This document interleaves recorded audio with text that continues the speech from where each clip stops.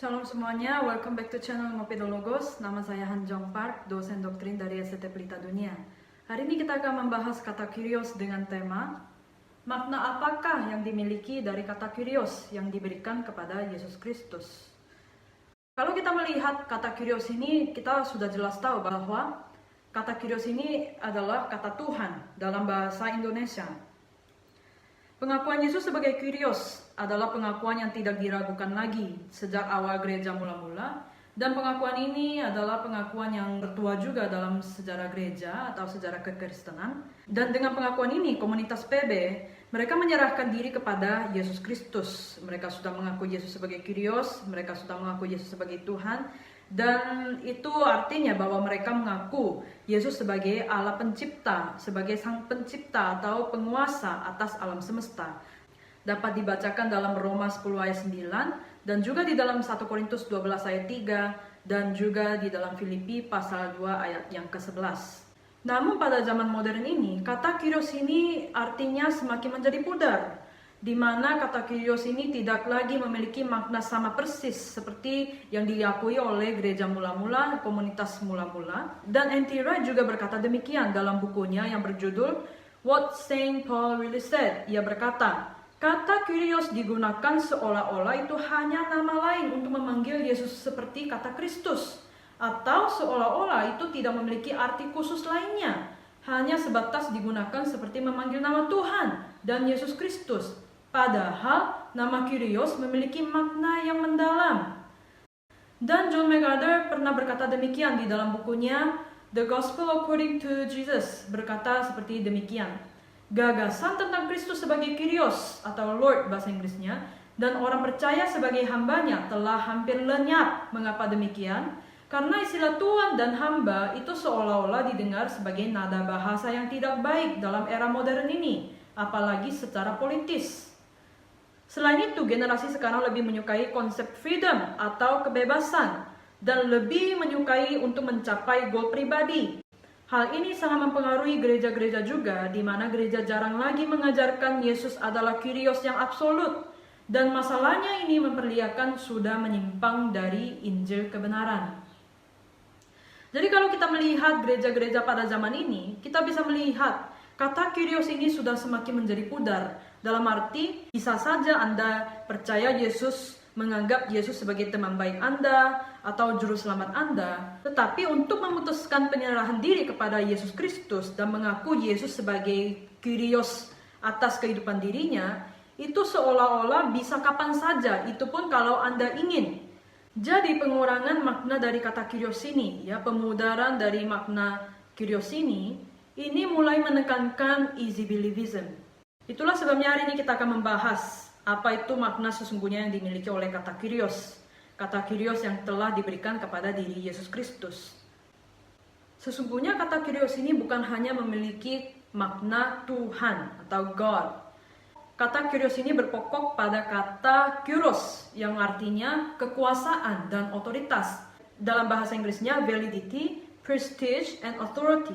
Kata kyrios ini muncul lebih dari 9.000 kali dalam Septuaginta dan 725 kali di dalam Perjanjian Baru, dan paling sering digunakan oleh Lukas dan Rasul Paulus, di mana Lukas menggunakan kata kyrios ini 210 kali dan Rasul Paulus menggunakan kata ini 275 kali. Dan kalau kita melihat di dalam Septuaginta memilih kata kyrios sebagai kata ganti Yahweh untuk menekankan gagasan dan otoritas. Kata kyrios ini memiliki karakteristik sangat unik, di mana kata kyrios ini bukan hanya untuk memanggil nama Allah Bapa, tetapi juga untuk memanggil nama Yesus Kristus kalau kita melihat di dalam Perjanjian Baru. Dalam Septuaginta, kyrios ini digunakan 6.156 kali khusus sebagai nama panggilan Allah, dan lanjut lagi ke PB, dan kata kyrios ini tetap digunakan untuk menyebut Allah, tetapi terutama merujuk pada diri Yesus Kristus. Hal ini dapat didefinisikan sebagai dui arti atau double meaning. Kata kyrios ini memiliki double meaning dalam aspek yang lain juga, di mana kata kyrios ini bukan hanya menjadi istilah agama, tetapi juga menjadi istilah umum. Kita akan melihat beberapa makna kata kyrios secara umum dan secara agama. Yang pertama, istilah tersebut sering digunakan dalam dunia kuno sebagai penggunaan yang paling umum untuk memanggil seseorang secara sopan. Bisa katakan istilah ini seperti kata sir, di mana kalau di dalam dunia Inggris ya, kalau di dalam bahasa Inggris, kata sir ini digunakan untuk memanggil seseorang yang terhormat gitu. Kedua, dalam budaya Helenik atau Yunani, istilah ini juga digunakan untuk merujuk pada seorang lelaki kelas bangsawan yang memiliki budak. Ketiga, secara politik, istilah ini juga digunakan untuk memanggil kaisar yang memiliki otoritas absolut yang memerintah umatnya. Dan yang keempat, istilah ini juga memiliki hubungan yang sangat erat dengan nama panggilan Allah dalam Perjanjian Lama. Dalam Septuaginta, kata Ibrani yang digunakan Adonai untuk memanggil Tuhan diterjemahkan sebagai kata Kyrios. Seperti kita tahu bahwa orang-orang Yahudi pada zaman itu mereka tidak memanggil nama Allah yang kudus secara langsung. Mereka menggantikan istilah dengan istilah Adonai. Dan di dalam Septuaginta kata Adonai ini menjadi kata Kyrios. Sekarang kita akan melihat makna Kyrios dalam diri Yesus Kristus. Apakah itu makna Kyrios dalam diri Yesus Kristus? Kita akan melihat dulu Kyrios arti sebagai Adonai. Kalau kita melihat ayat-ayat firman Tuhan di dalam Perjanjian Baru, kita bisa melihat bahwa Yesus ditinggikan sebagai Kyrios. Kita dapat baca dalam ayat-ayat berikut.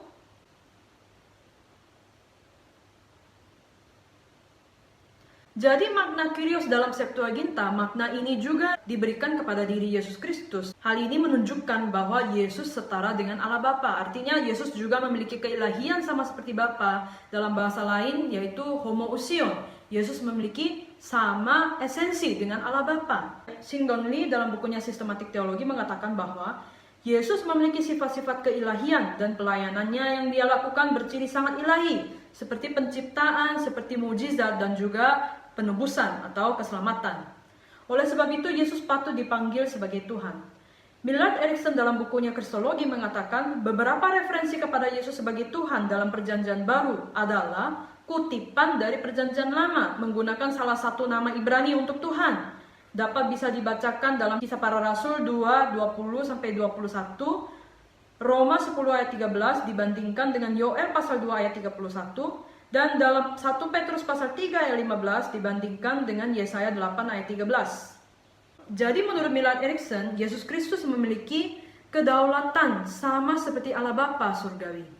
Kalau kita melihat buku What Saint Paul Really Said yang ditulis oleh N.T. Wright atau Tom Wright, dia berkata demikian, Yesus dipanggil Kyrios karena ia telah melakukan apa yang hanya dapat dilakukan oleh Allah. Dan Paulus sering menggunakan kata Kyrios sebagai sebutan merujuk pada diri Yesus. Sehingga Paulus menolak kaisar yang berkata dirinya adalah Kyrios dan raja.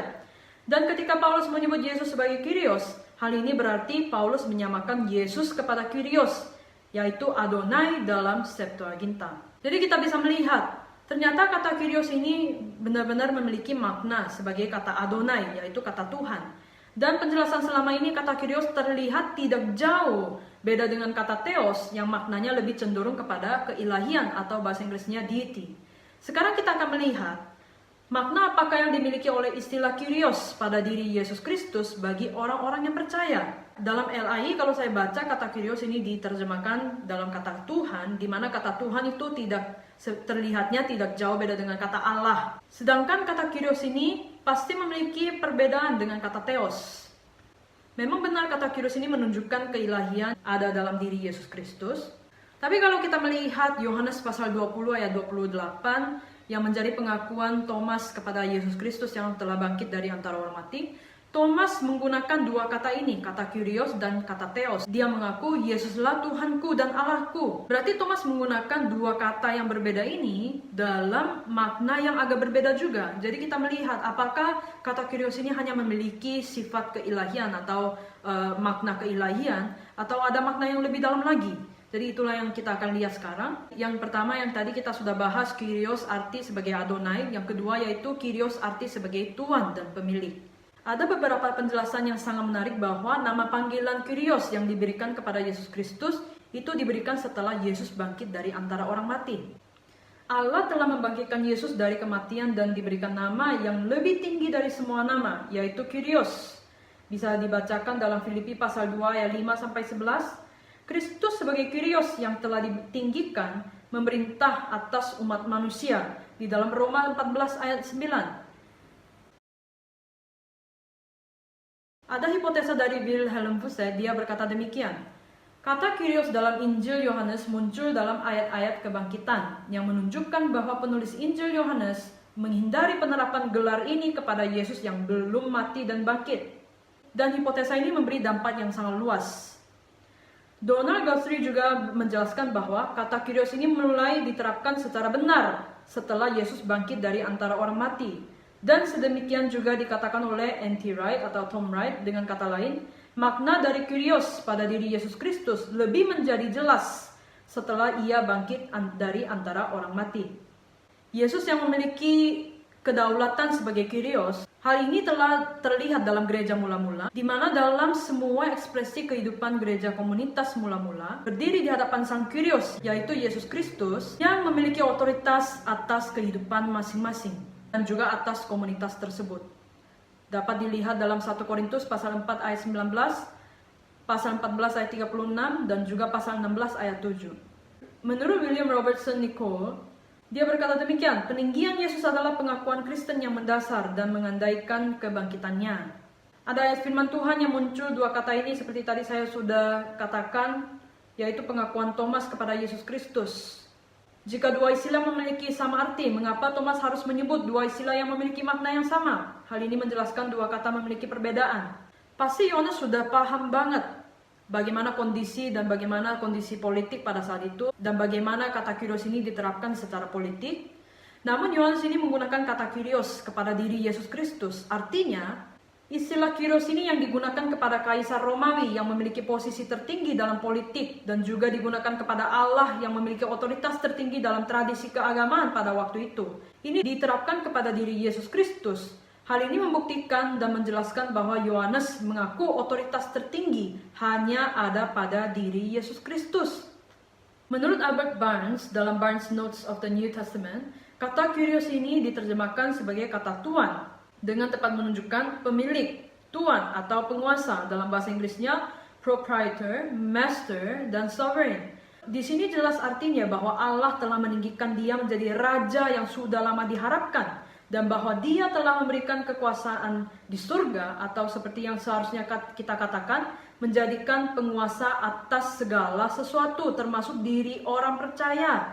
Jadi menurut Barnes, dia berkata demikian, here it means to acknowledge him as Lord, that is, as having a right to rule over the soul. Dalam arti, mengaku Yesus sebagai Kyrios, yaitu mengaku dia sebagai Tuhan yang memiliki hak memerintah atas jiwa. Itulah makna dari kata Kyrios menurut Barnes. Kalau kita melihat penjelasan dari Alexander McLaren, dia menjelaskan bahwa Kristus adalah Kyrios, Tuhan, dengan kata lain, otoritas dan kekuasaannya yang berdaulat dibangun di atas fakta bahwa ia adalah pembebas, ia adalah penebus, dia ditinggikan untuk martabat tertinggi. Kalau kita melihat juga di dalam Joseph Henry Dyer, dalam Greek English Lexicon of the New Testament, mendefinisikan kata Kyrios lebih jelas lagi seperti berikut. He to whom a person or thing belongs, about which he has power or deciding, master, lord.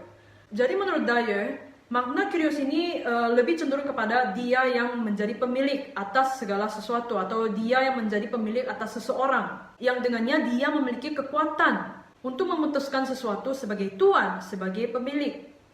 Kalau menurut leader Scott Jones' definition, Kyrios ini lebih kepada the whom has power or authority over, put in possession of, the whom has authority supreme, the sovereign power in a state. Dalam arti, seseorang yang memiliki kekuasaan atau otoritas maha tinggi, kekuatan berdaulat atas kerajaan. Jadi sejauh ini kita sudah membahas tentang kata Kyrios, ya.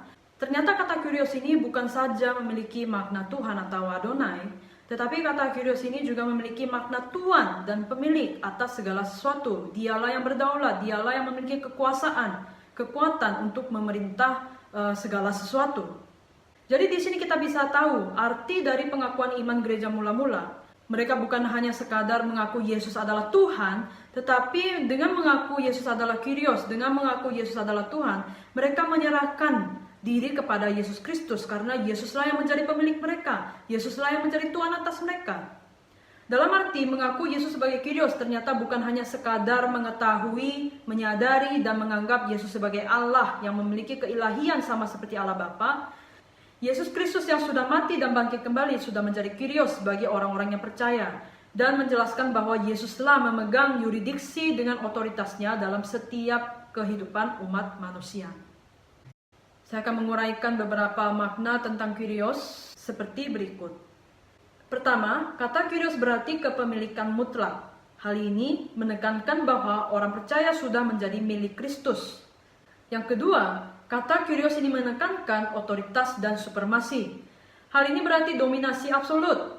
Orang percaya melakukan apa yang Kristus inginkan karena Kristus menjadi Kyrios atas diri orang percaya itu. Dan ketiga, kata Kyrios berarti kerajaan mutlak. Kyrios merujuk kepada Kristus sang pemenang yang telah mematahkan segala kuasa melalui kematian dan kebangkitannya. Dan keempat, kata Kyrios merujuk pada keilahian absolut. Dengan kata lain, secara khusus mengungkapkan pencipta Allah, kuasanya yang diungkapkan dalam sejarah umat manusia dan pemerintahannya yang adil atas alam semesta.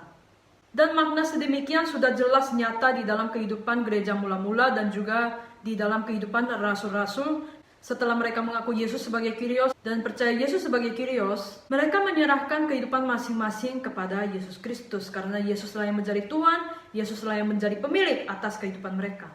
Mereka tidak lagi menganggap kepunyaannya sebagai milik pribadi, tetapi serahkan kepada komunitas jemaat yang sudah menjadi tubuh Kristus. Percaya Yesus sebagai Kyrios ini dengan sepenuhnya menolak easy believism. Jadi melalui pembahasan pada hari ini tentang kata Kyrios, ternyata kata Kyrios yang telah diberikan untuk Yesus Kristus bukan hanya menunjukkan bahwa Yesus adalah Allah yang setara dengan Allah Bapa, yang memiliki sama esensi dengan Bapa, tetapi dia juga menjadi Tuhan dan pemilik atas segala sesuatu termasuk diri kita sebagai orang-orang yang percaya. Jadi marilah kita mengaku Yesus sebagai Kyrios sama seperti pengakuan gereja mula-mula, bukan hanya sebatas mengetahui Yesus sebagai Tuhan atau Allah, tetapi dialah Tuhan dan pemilik. Demikianlah pembahasan tentang kata Kyrios. Saya berharap untuk berjumpa kembali lagi. Tuhan Yesus memberkati kita semua. Amin.